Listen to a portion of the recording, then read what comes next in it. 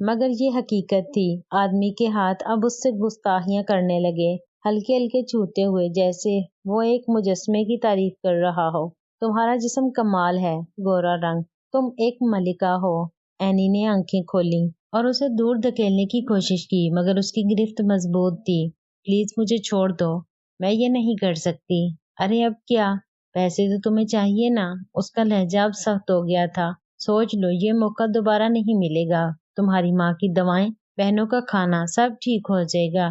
Any کی آنکھوں میں آنسو آ گئے۔ وہ سوچ رہی تھی اپنے گھر کی، اس تنگ مکان کی جہاں ہر دیوار سے غربت جھانکتی تھی، ماں کی کھانسی کی آواز، بہنوں کی بھوکی نگاہیں۔ وہ کچھ نہ بولی، بس سر جھکا لیا۔ آدمی نے اسے اٹھایا اور بیڈ روم کی طرف لے گیا۔ کمرہ عیش و آرام سے بھرا تھا، بڑا بیڈ، نرم چادریں اور ہلکی موسیقی جو پس منظر میں بج رہی تھی۔ اس کا چہرہ قریب آ رہا تھا اور اینی نے آنکھیں بند کر لی۔ پہلا بوسہ اس کے ماتھے پر پڑا، ایک گرم اور شدید بوسہ جو اینی کو جھنجھوڑ گیا۔ وہ مزاحمت کرنے کی کوشش کر رہی تھی، مگر اس کی طاقت کم تھی۔ اینی کا دل چیخ رہا تھا، مگر وہ خاموش تھی۔ تمہیں اچھا لگ رہا ہے نا؟ اس نے پوچھا، مگر اینی نے جواب نہ دیا۔ وہ بس یہ سب جلدی ختم ہونے کی دعا کر رہی تھی۔ رات گزرتی گئی اور وہ دونوں ایک دوسرے میں کھوئے رہے۔ آدمی اس کے جسم کی تعریف کرتا رہا، مگر اینی کے لیے یہ سب ایک اذیت تھا۔ وہ سوچ رہی تھی کہ کیا یہ پیسے اس کی عزت کی قیمت ادا کر سکتے ہیں۔ صبح ہوئی، اینی اٹھی، اس کا جسم درد کر رہا تھا، دل ٹوٹا ہوا تھا۔ آدمی اب بھی سو رہا تھا۔ اس نے ٹیبل پر رکھے پیسوں کو دیکھا، ایک موٹی گھڑی تھی جو اس کی تمام پریشانیاں حل کر سکتی تھی۔ وہ پیسے اٹھا کر باہر نکل گئی، ٹیکسی پکڑی اور گھر چلی گئی۔ گھر پہنچ کر ماں نے پوچھا، بیٹی اتنی دیر کہاں تھی؟ اینی نے جھوٹ بولا، کام تھا ماں، اب سب ٹھیک ہو جائے گا۔ اس نے پیسے سے دوائیں خریدی، کھانا لایا اور بہنوں کی اسکول کی فیس ادا کی، مگر راتوں کو وہ روتی رہتی۔ وہ رات اس کی زندگی کا حصہ بن گئی تھی، ایک داغ جو کبھی نہیں مٹ سکتا تھا۔ کچھ دن گزرے، اینی کی زندگی واپس پرانی ڈگر پر تھی، مگر اب اس میں ایک خالی پن تھا۔ وہ آدمی جس کا نام اس نے ابھی تک نہیں پوچھا تھا، ایک دن پھر اس کے سامنے آیا۔ مرکزی پلازا میں وہی گاڑی رکی۔ اینی کیسی ہو؟ اینی نے اسے دیکھ کر منہ موڑ لیا۔ مجھے اکیلا چھوڑ دو۔ مگر وہ ہنسا، ارے کیوں؟ وہ رات بھول گئی؟ میں نے تمہیں مزید پیسے دینے ہیں، ایک اور رات۔ اینی کا غصہ پھٹ پڑا، نہیں، بس ختم کرو یہ سب۔ مگر پیسوں کی ضرورت اب بھی تھی۔ ماں کی حالت پھر خراب ہو گئی۔ اینی نے سوچا اور پھر قبول کر لیا۔ یہ سلسلہ شروع ہو گیا، ہر ہفتے ایک ملاقات، پیسے اور اذیت۔ آدمی کا نام معلوم ہوا، اس کا نام زاہد تھا، ایک امیر بزنس مین جو عورتوں کو کھلونا سمجھتا تھا۔ زاہد کے گھر میں اب اینی کی آمد رفت بڑھ گئی۔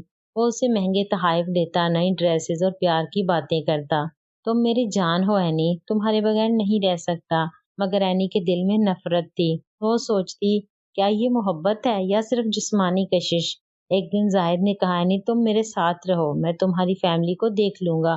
اینی ہنس پڑی، ایک تلخ ہنسی۔ تم مجھے خرید رہے ہو؟ زاہد نے کہا، نہیں، یہ محبت ہے۔ اینی کی زندگی اب دو حصوں میں تقسیم ہو گئی تھی، دن میں کام، رات میں زاہد کے ساتھ۔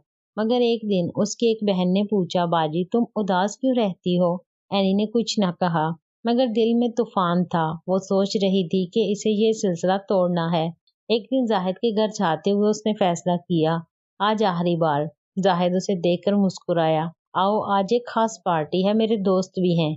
اینی خوف زدہ ہو گئی، دوست؟ نہیں، میں صرف تمہارے ساتھ۔ مگر زاہد نے ہنس کر کہا، ارے مزہ آئے گا۔ وہ پارٹی ایک عیاشی کی پارٹی تھی۔ زاہد کی امیر دوست، ڈرنک، موسیقی اور عورتیں۔ اینی کو لگا جیسے وہ ایک بازار میں ہے۔ ایک دوست نے اسے دیکھ کر کہا، زاہد یہ کون ہے؟ خوبصورت ہے۔ زاہد نے ہنس کر کہا، میری خاص دوست۔ اینی نے بھاگنے کی کوشش کی، مگر دروازہ بند تھا۔ رات گزرتی گئی اور اینی کی عزت مزید پامال ہوتی گئی۔ صبح روتی ہوئی گھر لوٹی۔ اب اس نے فیصلہ کر لیا تھا کہ یہ ختم کرنا ہے۔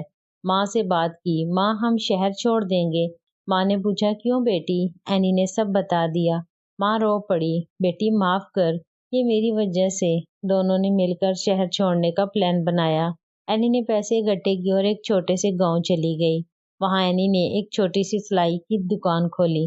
زندگی مشکل تھی، مگر اب عزت تھی۔ زاہد نے ڈھونڈا مگر نہیں ملی۔